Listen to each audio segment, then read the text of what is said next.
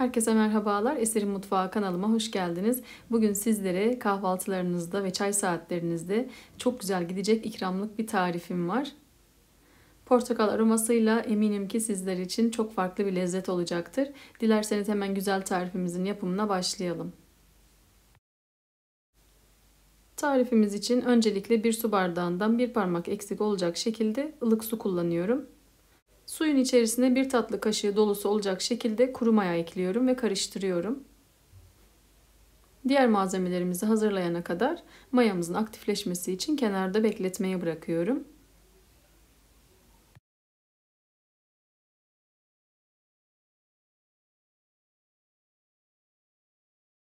Yoğurma kabımın içerisine öncelikle 1 adet yumurtanın tamamı ve 3,5 yemek kaşığı dolusu şeker ekliyorum ve karıştırıyorum.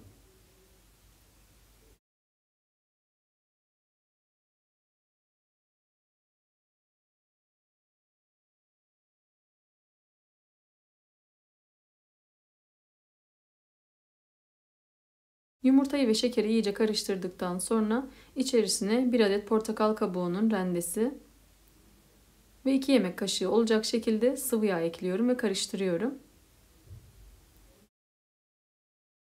Malzemelerimizin tamamını aşamalı şekilde ilave ediyoruz. Hepsini birden ilave edip karıştırmıyoruz.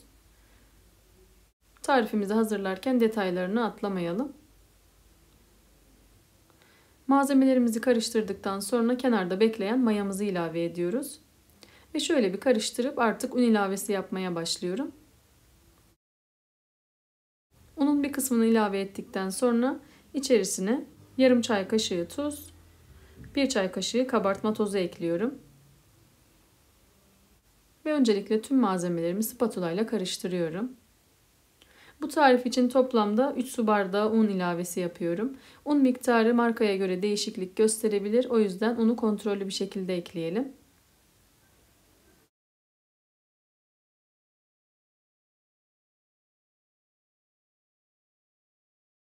Geri kalan unu da ilave edip hamuru şöyle bir spatula ile toparlıyorum.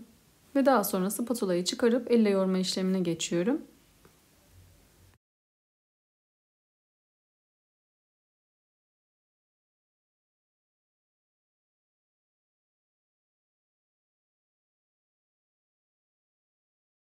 Hamurumuz yumuşak kıvamlı bir hamur olacak. 2-3 dakika boyunca özleşene kadar yoğuruyorum. Bu tarifimizde hamurumuzu iyice yoğurmamız önemli. Siz isterseniz kabın içerisinde, isterseniz de benim yaptığım gibi masada güzelce özleşene kadar yoğurabilirsiniz. Hamurumuzu 2-3 dakika boyunca yoğurdum. Çok güzel bir yumuşaklığı var.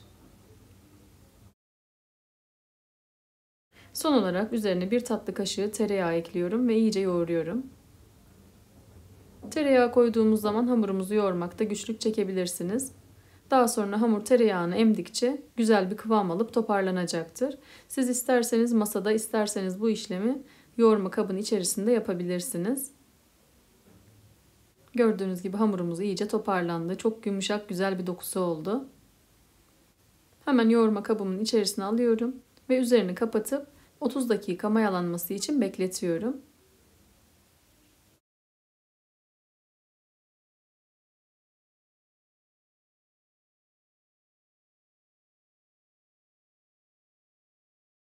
...30 dakika boyunca hamurumuz mayalandı. Hemen hamuru un serpmiş olduğum masanın üzerine alıyorum.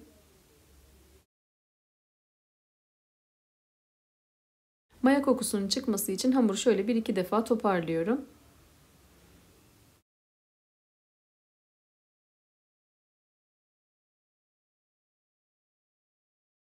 Daha sonra hamuru 2 eşit parçaya ayırıyorum ve beze haline getiriyorum.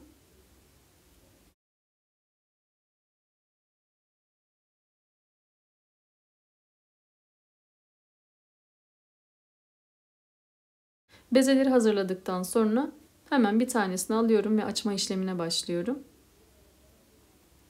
Hamurumuz yumuşak bir hamur olduğu için açmakta herhangi bir zorluk yaşamıyorsunuz. Gördüğünüz gibi rahat şekilde büyütebiliyoruz.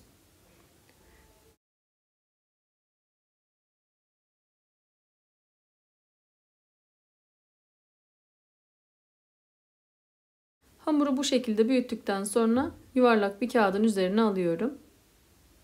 Ve merdane yardımıyla fazla inceltmeyecek şekilde büyütüyorum. Daha sonra kesici yardımıyla üçgen dilimleri ayırıyorum.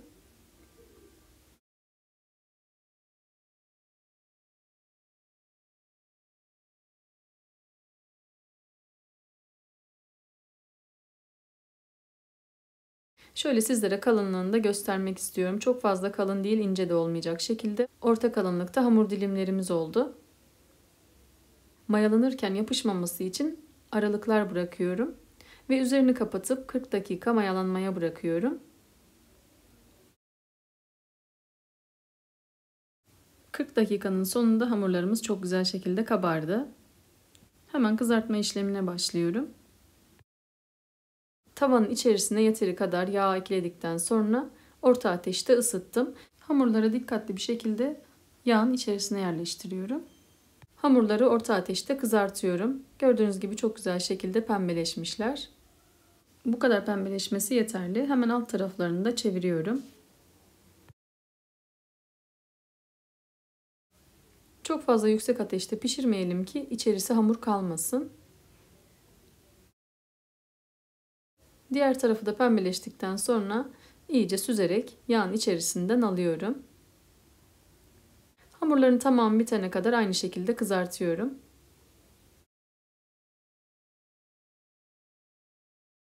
Evet, çay saati ikramlığımız gördüğünüz gibi hazır. İsterseniz bu şekilde sade olarak da tüketebilirsiniz. İsterseniz de benim yaptığım gibi iki tarafını da pudra şekerini buladıktan sonra sunum yapabilirsiniz. Ben ikramlıkların tamamını pudra şekerine buladıktan sonra sunuma hazır hale getiriyorum.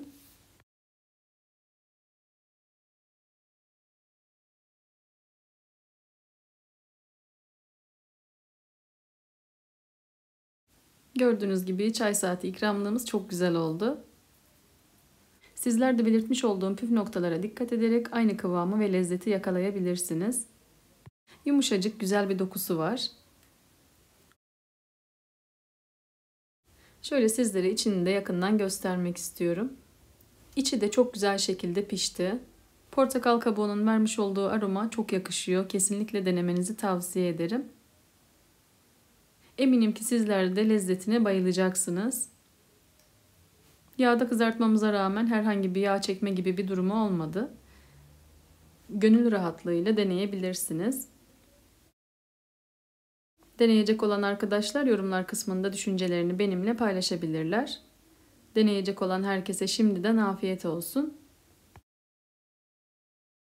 Tüm tariflerim gibi bu tarifimde de kullanmış olduğum malzeme listesi ve detaylar açıklama bölümünde bulunmakta. Kaçıran arkadaşlarımız videonun altındaki açıklama bölümünden ulaşabilirler. Bugünlük de bir lezzetli tarifin daha sonuna geldim. Umarım çok beğendiğiniz bir lezzet olmuştur. Tarifimi beğendiyseniz beğenmeyi, kanalıma hala abone değilseniz abone olmayı unutmayın lütfen. Tariflerimi görmesini istediğiniz arkadaşlarınızla paylaşabilirsiniz. Bildirim zilini aktifleştirerek paylaşımlarımdan anında haberdar olabilirsiniz.